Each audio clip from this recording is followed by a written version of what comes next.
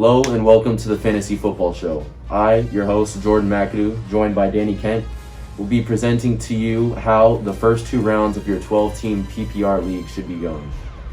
Danny has the first pick. The first pick, to no one's surprise, should be Christian McCaffrey. In every league, he should be the first pick.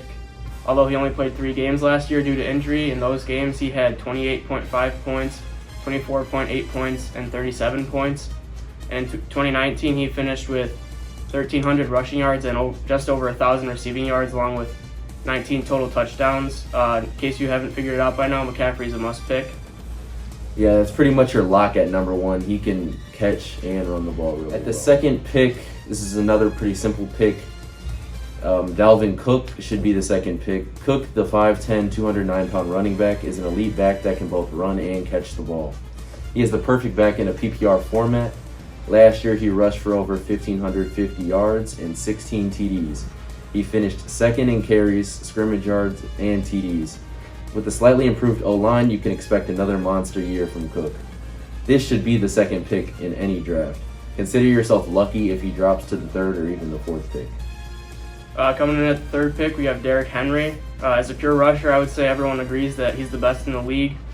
2,000 rushing yards is unheard of in today's game until he did it last season. He also had 17 touchdowns last year. Although he's not much of a threat in the pass game, he's most likely going to get 300 carries for the third season in a row. Last year, only Dalvin Cook had more than 300, and the next closest was 232 carries by Jonathan Taylor. With the fourth pick in your fantasy draft, it should be Alvin Camaro. He's considered to be the top pass-catching back. Last year, he was the top-scoring running back, finishing with a total of 377.8 fantasy points. He even finished one game with 6 TDs. Camaro is a guy that can do it all for your team and can even be a league winner. Many people are concerned with his production after Drew Brees' retirement, but I don't really see it affecting his numbers. At the end of the day, he is an elite every down back. Coming at the fifth pick, we have Ezekiel Elliott. Although everyone, including myself, was disappointed with his performance last year, you can definitely expect a bounce-back year. The 2-time rushing leader is a pick you can't go wrong with. Before Dak got hurt last year, he was averaging 22 points a game, and with the Cowboys' offensive line being healthy again, Zeke should dominate like we've seen him do before. Another thing to keep in mind is that the Cowboys are facing the 7th easiest rushing schedule this year. Jerry Jones also put out a message saying that Zeke has lost weight and that he looks really good in training camp, so I think he's a pretty solid pick for this year. With the 6th pick, Nick Chubb should be coming off the board. Chubb is regarded as one of the best pure runners in the NFL, similar to Derrick Henry. Despite missing 6 games, Chubb managed to finish with 1,067 rushing yards and 12 TDs. He plays behind the best O-line in the league. The only downside to Chubb is that he shares reps with the Browns' second running back, Kareem Hunt. Hunt is the better pass catcher and plays in more long-distance situations. Nevertheless, Chubb sees a lot of volume in the red zone and is sure to bring you points this upcoming season. With the 7th pick should be Aaron Jones. After re-signing with the high-powered Packers offense, expect another big season. In the past 2 seasons, he's finished as a top 5 running back, and in those seasons, he's gotten about 50 receptions and 1,000 yards respectively. One thing to keep in mind is that A.J. Dillon will probably be stealing pretty much all the goal line reps, but Jones is definitely a pick that you can't go wrong with. The 8th pick should be Austin Eckler. Eckler is my breakout candidate for this year. His ceiling is extremely high. With Justin Herbert at QB and an improved Chargers O-line, he is sure for a big season. During the 10 games that he played last year, he had a total of 1,000 yards and was a top 8 scoring running back. There is also not much competition in his backfield.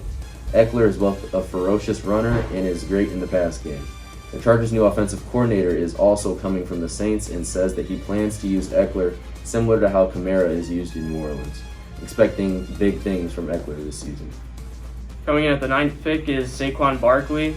The talent is there for sure. The only question is, can he stay healthy this season?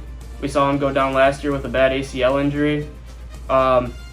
But what we've seen out of Saquon since he's been in the league is nothing short of spectacular. With the Giants' skill positions coming together, Saquon should have another impressive season. Something to look at before drafting him is the offensive line. And Saquon Barkley has not been hitting in practice, but he's definitely going to get going towards the middle of the season, if not sooner. Your 10th pick should be Devonte Adams. Not much to say here. With Rodgers back and feeling good in Green Bay, you can bet that Adams is going to have another sensational season. Last year, he was the top scoring wide receiver, despite missing 2 games.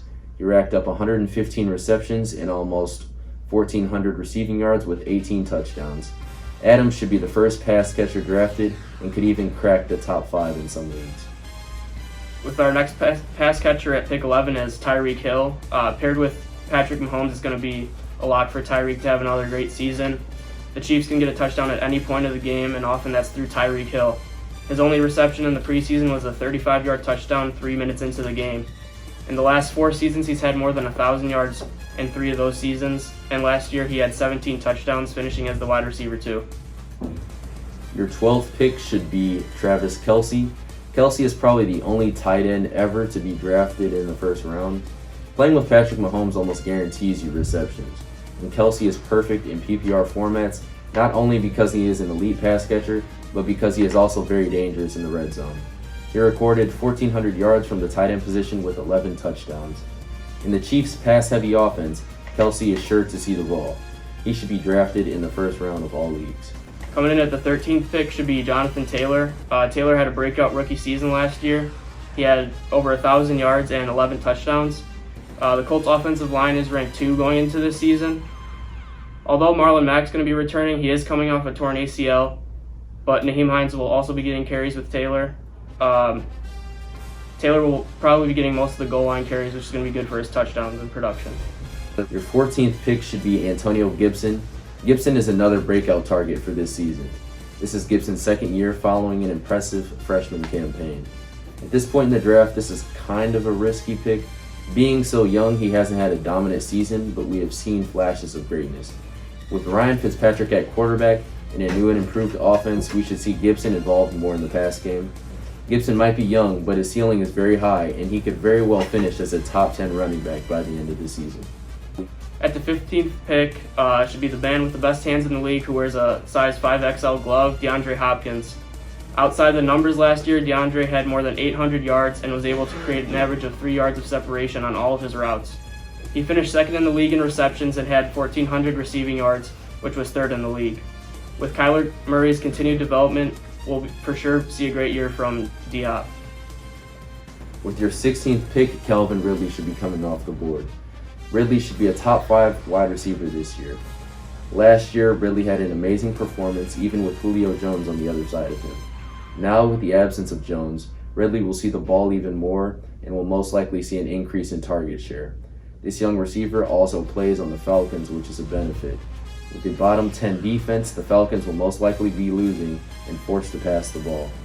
And Matt Ryan is still a very reliable quarterback, so there isn't much of an issue. Ridley is projected to have another breakout season. On my list of top wide receivers, Ridley is placed at number 5, but many have him at 3, even before Diggs and Hopkins. With the 17th pick should be Stefan Diggs. I could even see Diggs going earlier than this. He led the league in receptions and yards last year, becoming the first player in Bills history to do so. Diggs will also have Josh Allen throwing to him, who has improved since he's gotten in the league, and the Bills do love to air it out. After speculation last year that he might not be a good fit with the Bills, I think it's safe to say he silenced that argument. From a fantasy standpoint, Diggs has a great shot at finishing as the wide receiver 1 due to the volume of targets he got last year and will continue to get. The 18th pick should be DK Metcalf. As far as pure talent goes, this man is at the top of the league. At 6'4", 229 pounds, DK Metcalf is a significant threat to all defenses. He finished last year with over 1,300 receiving yards and 10 total touchdowns. At 23 years of age, Metcalf is one of the best receivers in the NFL and is a good wide receiver 1 with elite potential. He ranks 3rd in the NFL in red zone targets, which is great for your fantasy team. Metcalf also plays alongside Russell Wilson, who is one of the best QBs in the business. Over the past few years, Russ and DK have built a strong rapport and are on track for another big fantasy season. Coming in at the 19th pick should be Keenan Allen. Many consider Keenan to be a top 3 route runner in the league, if not 1. Other teams use Allen's film to show their receivers how to get off the line. He finished with 100 receptions last year and just under 1,000 yards. Keenan might not be a big play threat like Tyreek Hill or Stefan Diggs, but he's the guy the Chargers will go to when they need 10 yards. With Justin Herbert being in his second season now and Eckler back opening up the pass game, that will only mean more production from Keenan Allen. Your 20th pick should be A.J. Brown. Much like his former college teammate DK Metcalf, A.J. Brown is also a very good athlete. His bigger receiver build and speed are perfect for after-the-catch situations. During the 15 weeks that he played, Brown had a 28% target share. He finished top 5 in points as a receiver when he did play, and top 3 in yards after the catch. Even though the Titans did bring in Julio Jones, I don't think that this is much of a concern. I think that it will relieve some pressure off of him. Right now, he is questionable with an undisclosed knee injury. I don't see much issue with this as he is slated to start week 1. Consider the young receiver another solid wide receiver 1 option. With the 21st pick, take Naji Harris. The 6'2", 230-pound rookie out of Alabama should be a player to watch this season. He was spectacular at Alabama, and I had to watch him tear up my Notre Dame defense in the semifinals. In college, he had 30 total touchdowns and just under 1,500 rushing yards. The offensive line of the Steelers is questionable, but Naji is going to make players regardless, and if he falls to you at 21, you should be drafting him. With your 22nd pick, you should take Clyde Edwards-Helaire. We saw a lot of positives from Clyde in his first NFL season with the Kansas City Chiefs. He showcased his ability to break tackles and catch the ball in traffic. His average draft position is at running back 14. The talent is there, but there is some concern. 1, he is on the smaller side for a running back. 2, there is some noise about other running backs being used in the Chiefs committee. And 3, we aren't quite sure how Andy Reid will use Clyde on the goal line. This is not a bad pick by any means, there are just a few things to watch out for. Despite this, Clyde has very high level upside. With the 23rd pick should be Justin Jefferson. Many consider Justin Rookie of the Year last year, and I would agree. In his rookie season, he had 88 receptions along with 1,400 receiving yards. He finished as the wide receiver 6 last season, and you can expect him to produce again. He is currently ranked as the wide receiver 8, and with Dalvin Cook in the backfield, that's only going to open up the pass game more. Another thing to keep in mind is that he'll be facing cornerback 1 coverage, and they might put a little more focus on him, but I don't see that being as much of a problem as people think.